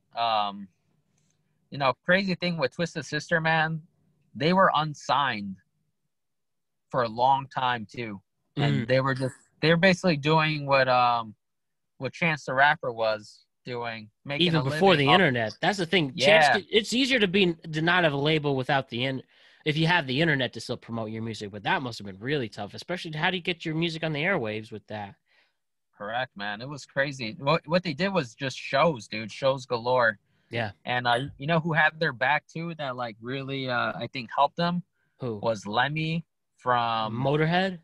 Motorhead, dude. He was a big Twisted Sister. He brought them out and stuff. So good name for a band. Yeah, dude. He's a great frontman, singer wise. Elvis Presley too, man. You know? He started I love Elvis. Yeah, I love Elvis. Roger Daltrey from The Who. The Who, yeah. He was a good frontman. Eddie Vedder from Pearl Jam. Yeah, dude. Kurt Cobain. Even Kurt Cobain was a good frontman. Even Van Halen. Oh yeah, either David Lee Roth or Sammy Hagar. Yeah, good frontman. Rod Stewart. Dude, Rod Stewart too. How about this? Why don't we try? I'm sorry, you were saying? You know who is a good musician too, man, is Bruno Mars, dude. Did you see him? Dude, did you see him in the Super Bowl? He killed it. From the drums, the dancing, that insane drum solo. You could play the guitar. Mad respect to Bruno Mars. So before I saw that dude, I didn't really like him because he was so mainstream or whatever. Very. And then I saw that performance. I was like, oh my god, this guy's like really fucking talented, you know? Dude. How about we try this, Louis? I'm just gonna name a band, and you just tell me what you think of them, like your initial thoughts. Is that All all right. right? We haven't talked about Yeah. already. I might Yeah. name Fuck some. yeah. I might name some ones we already talked about, but we only talked about like a certain member of the band. But well, this is the band as a whole. So Okay. Rage Against the Machine. I like him a lot, especially during these times. A lot of people Yeah. don't realize, but yo, Rage Against the Machine is all about bringing down the man. The machine is the government. Rage Against the Machine. If you listen to their music deeply, it's all about what's happening now, what was happening back then. Nothing has changed. It's all, dude. It's all about fuck the politics and all that shit. I love it. Love Yeah, it. they really had anthems for this summer after a summer of social For, injustice. It's just straight for real, man. anthems. Whether the For Bullet real. Parade, Killing in the Name, Township Rebellion, Bullet in Your Fuck Head, yeah, Born of dude. a Broken Man. Shit, man. What do we? All right, another band, Radiohead. Dude, I like Radiohead, man. It's to me like very experimental for the time. Yep, I love it, and man. they still made it the Um, mainstream with that. dude, yeah, man, they're good. I think I haven't. I like their old stuff. I haven't really explored their new stuff, but their old stuff, I love it. By the way, I think that's my favorite name for a band, Radiohead. It's a good name, man. You know, it's a good name. Okay, how do we feel about Nickelback? Oh man, never made it as a wise man. Dude, they suck. Dude. You know, I feel, I feel like, if you maybe they're if you like country music, but you want a little like, that's Nickelback. But I'm not. I know at least 3 of their songs, and the drum beat carries on. but that's it. That's all I can say. Do you feel if Nickelback was promoted themselves as a country band, they wouldn't get as much hate as they do? Dude, if they were if they promote themselves as a country band, I think this world we probably wouldn't have COVID right now, man. To be honest, I have to be honest, in the minority, I like a lot of Nickelback songs. I really are they the greatest band of all time? Not necessarily, but I can rock down to some Nickelback. yeah, yeah. If it's me, I'll just have some pride with that. If I'm the only one, I understand. Fuck it. That's the only thing, man. Just do it by yourself, you know. I appreciate your candor. How we feel about the band Creed? Another one has that type of Yo, rep. so I actually had a Creed CD, and the music's all right, to be honest. The one thing I'll give them big time is I think Fred Durst was talking shit, and the singer was like, "I'll fight him. If he wants, no words. We'll duke it out." And Fred Durst's like, "No, thank you." And he's like, "All right, then shut up." So I mean, Creed is soft, but just know when they're around, my man was down to throw down. Hey, yeah, I know. That's it. Sadly, I know he had some mental issues, but hey, he did his thing, man, with arms wide arms open. wide open. How do you feel about the band Pink Floyd? Dude, I love Pink, man.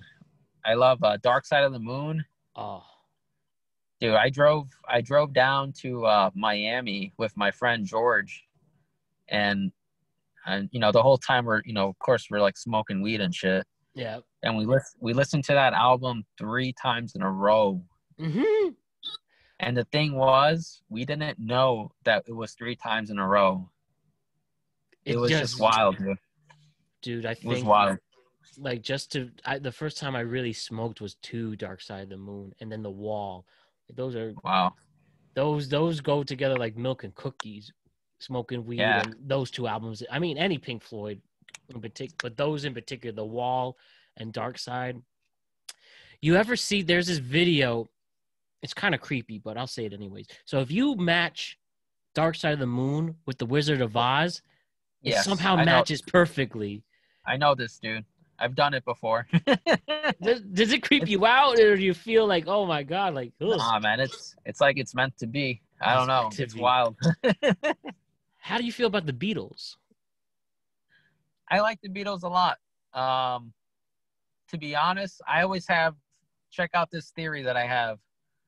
Okay. So I feel like if Richie Valens, the Big Bopper, and Buddy Holly, if they didn't die, I don't think the Beatles would be as big as they were, Yeah. because those three groups were they were they were basically doing what the Beatles did, like musically wise and performance wise, rock and roll wise, but they died.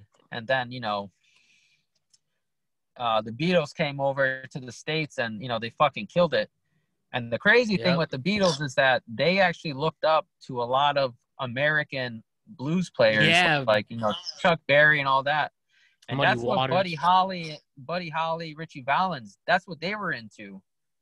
And it's like they were just wiped off because, their music stopped because, the plane accident or whatever.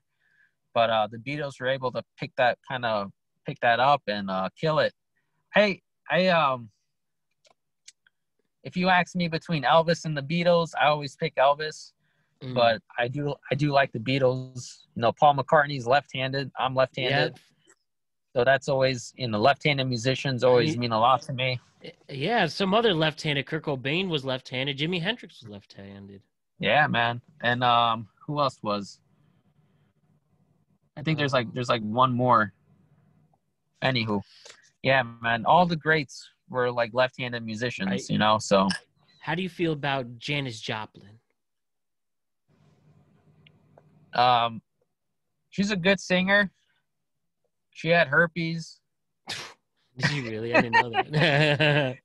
Yeah, there's like a performance interview and she's fucking broken out like crazy. But Oh she had god. she had a voice, dude. Like, she had an amazing voice. Yeah. How do you feel about Alanis Morissette? I think she rocks hard. Dude, I like Alanis, man. I like Alanis a lot. Like physically and that Canadian thing. I liked her a lot. Jagged Little She Pill was is an out. awesome album. You ever seen her in Dogma? I never seen the movie Dogma. No. So check it out. It's The Kevin Smith movie, right? the Kevin Smith movie. Jay and Silent Bob's in it. Matt Damon, Ben Affleck, Miramax. But Alanis Morissette's God. It's a good movie. Hell yeah. I'm Selma down Hayek's for in that. it. Oh, It's good. beautiful. How do you movie, feel man. about the band Heart? Candy Girl. You'll know once you see the movie, man. You see. Do you like the band Heart? If you watch it, you'll know what I'm talking about Candy Girl. Okay. How about do you like the band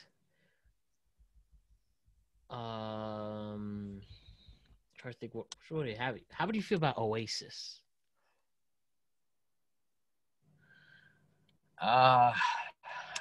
Oasis. Are they the one that sing They sing what's the song Wonderwall. that they sing? Wonderwall's the most Wonderwall, yes. Yeah. But they do have some rock songs that do rock. Believe it or They not. do. I don't like the whole like English thing. Mm-hmm. Like after the Beatles and The stuff, Britpop. I'm over that. How do you like Pearl Jam? I don't like Pearl Jam as much as some people do. I respect them. Lyrically, musically, it's all talent, man. But it's I just feel like it's that 90s type grunge type that I don't know. I'm not into it. I know a lot of Pearl Jam songs, don't get me wrong. Yep. But if I had a choice to pick Pearl Jam and like someone else, I probably wouldn't pick Pearl Jam. I like them, but not like that. Put it that way. How about the band? Go through a couple more. How do you feel about the band 9 Inch Nails? I like them. I like 9 Inch Nails. A song Closer is a good one. Man, have you ever seen that song live? You know, you see that, watch Closer, Woodstock 94, that bass line. Oh. Yeah. I feel like in a 9 Inch Nails like scenario, there has to be like some type of dominatrix, some drugs, to really like enjoy the music. You know where I'm getting at. Oh, very much so. Man, music does make you lose control. Is there any other bands, musics, rappers that you just don't get or like? That I don't like? Yeah, you were like, it's okay if they decided to retire and Spotify removed their catalog. And also radio, and also I can put a part of my brain that makes me forget about all this horrible music that this band or group group or artist ever made. Any of that? I don't, man, to be honest. I mean, like, I don't know. I feel like musically, since I was like in a band before, if people are able to like do it for a living or something, then like good for them, even if it's shit. Even if it's shitty. Hey, someone's getting it paid at the end of the day with that, right? Hey, man, there's always an audience for somebody. You know? That is so true, man. Oh, brother. Yo, Louie.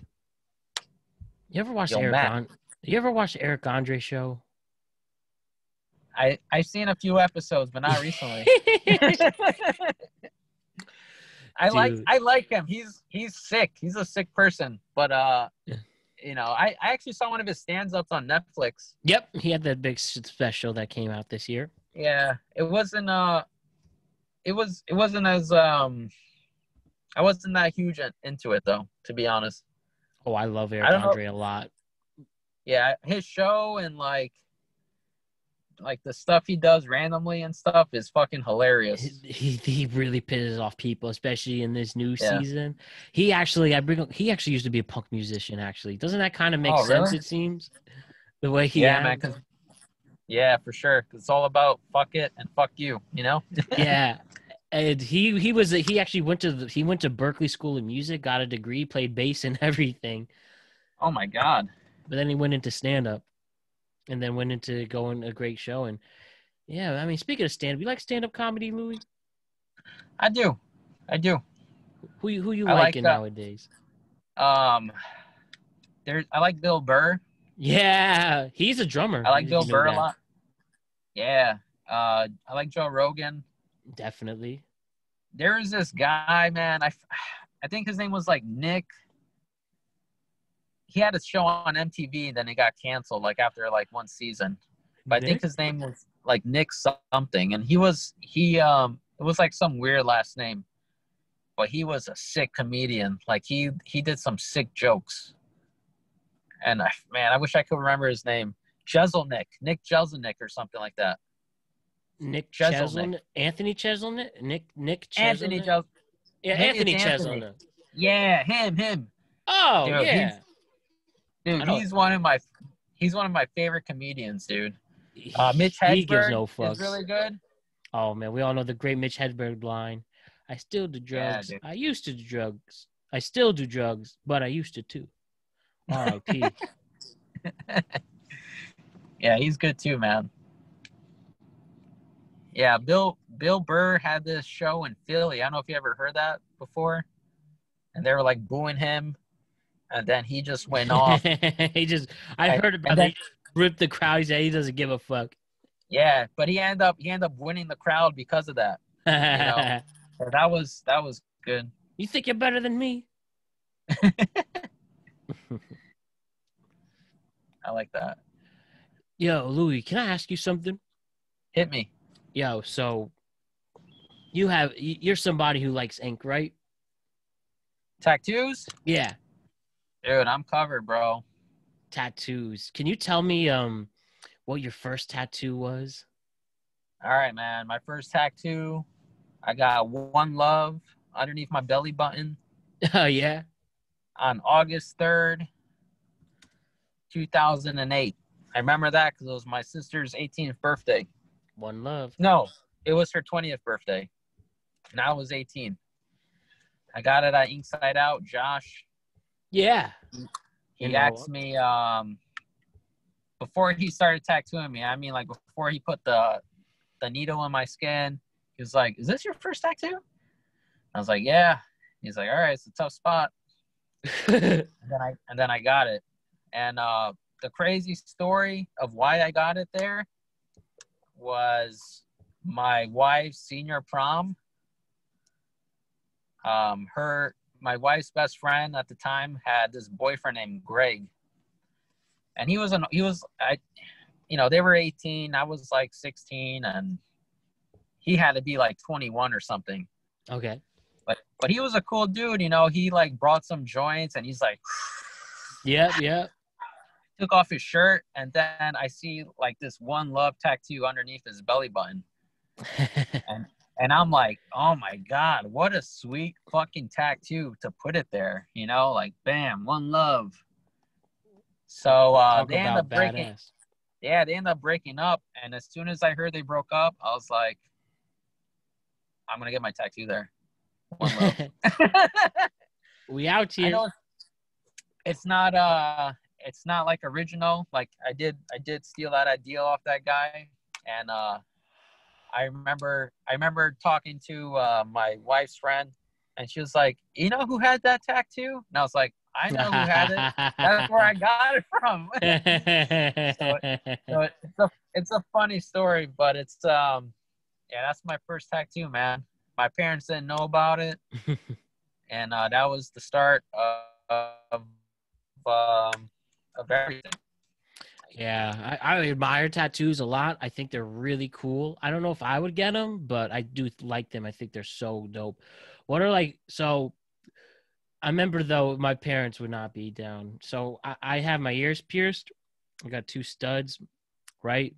And my dad, truly the maddest my dad ever was going home with earrings.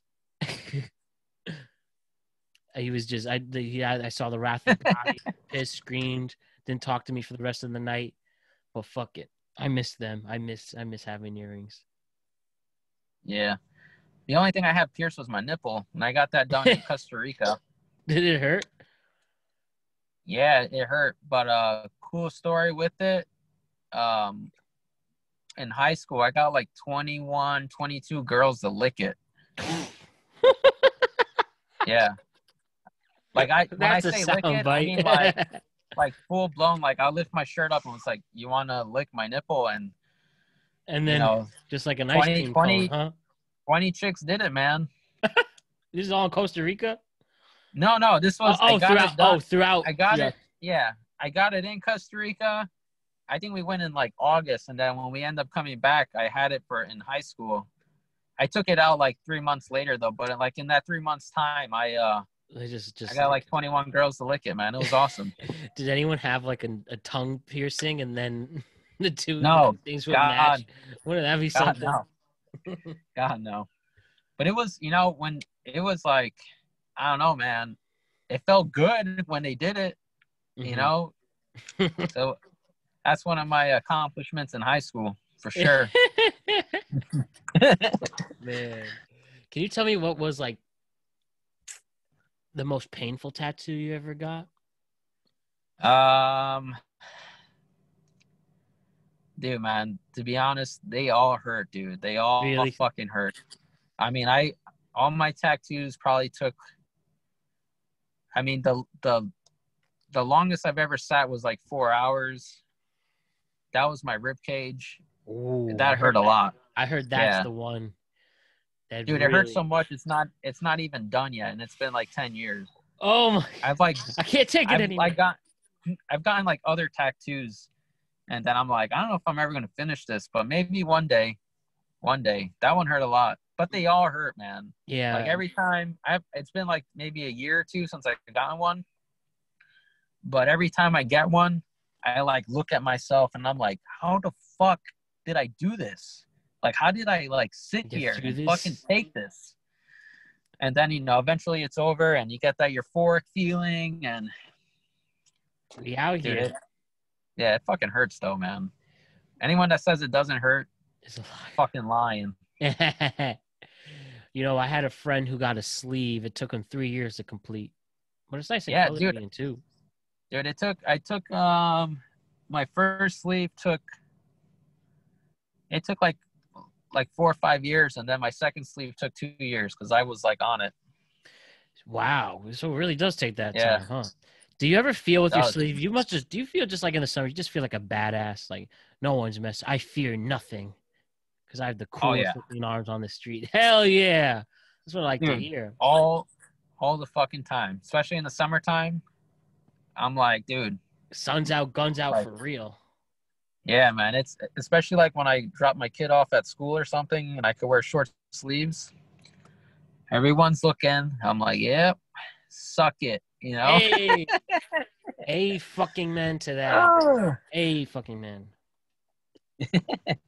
Oh man. Hey Louie. But I won't lie. At work, at work I do wear long sleeves, and I don't have to, but I just do it, man. I've been doing this. I've been in the healthcare field for like 6 years, and I've always wear long sleeves. I don't show my tattoos. Why? I don't know. I feel like You if want the I mystery. yeah, and to be honest, there's times where if I roll up my sleeves and they're like, "Oh my god, I didn't know you had tattoos," like my coworkers, and it's like, you don't know a lot. Trust me. You know. You want to take a picture while you're at it? you know. Oh man, Louie, we've been at it for almost 2 hours, man. Oh Thank you, really? Dan. Yeah, exactly. We started this at 8 o'clock. It's 9:52, and I just want to finish one last part before we wrap it up. Yeah, sure, bro. I hope you've been having a lot of fun because I certainly have. I've been laughing a Dude, lot. Some great I thought we were stories. talking for like 40 minutes, man. I don't know. Not even, man. But I could talk to you all day, and I hope you want to come back on again because I mean, you're Yo, always man, more than I'm welcome. down, dude. I'm fucking down. Maybe I don't know if you're okay, but maybe next time, like, we'll do a face to face. Oh hell yeah! You want to see my studio set up? We can have it here. Dude, what's funny? I told my wife, I was like, we're doing it on Zoom. Dude, yeah, man, I want to be in the studio. Please come by. Please, I seriously. was like, we're doing it on Zoom. I was like, I really wanted to like do it face to face, but maybe next time. I was like, maybe next time we'll do it You for sure. Face you to are more face. than welcome to come to the studio. Please. I've done at this moment, I've at least recorded like 25 interviews, but only 6 of them have been in the actual studio. Maybe Okay. for various reasons. But I want more people to come in the studio because, like, look, it's all I love it, the look, but I want everyone else to see it, I have Yeah, some new for sure, posters. man. I ordered some new posters, so I'm adding some more stuff to the wall. They should come in next week. Sweet, bro. So please come by. Please come to the studio. I have an extra mic and all extra equipment. And use my cameras for nothing. Fuck yeah, dude. I'm down. Maybe sometime December. I'll be down, man. Oh man, for sure. I will be very much in touch with that. So let me ask you this, Louie. Though I end every What's up? question. My first guest. So now, because I definitely want you as a repeat guest. So I have to figure out when I'm doing what I have to do with the repeats. But this one I call So for every time I have a first guest from now on, I start something called the Proust questionnaire. Inside the actor studio, 10 specific questions from this old French talk show, which is awesome. Okay. I think it's insightful. And can I ask you these questions before we say goodbye? Let's do it. All right.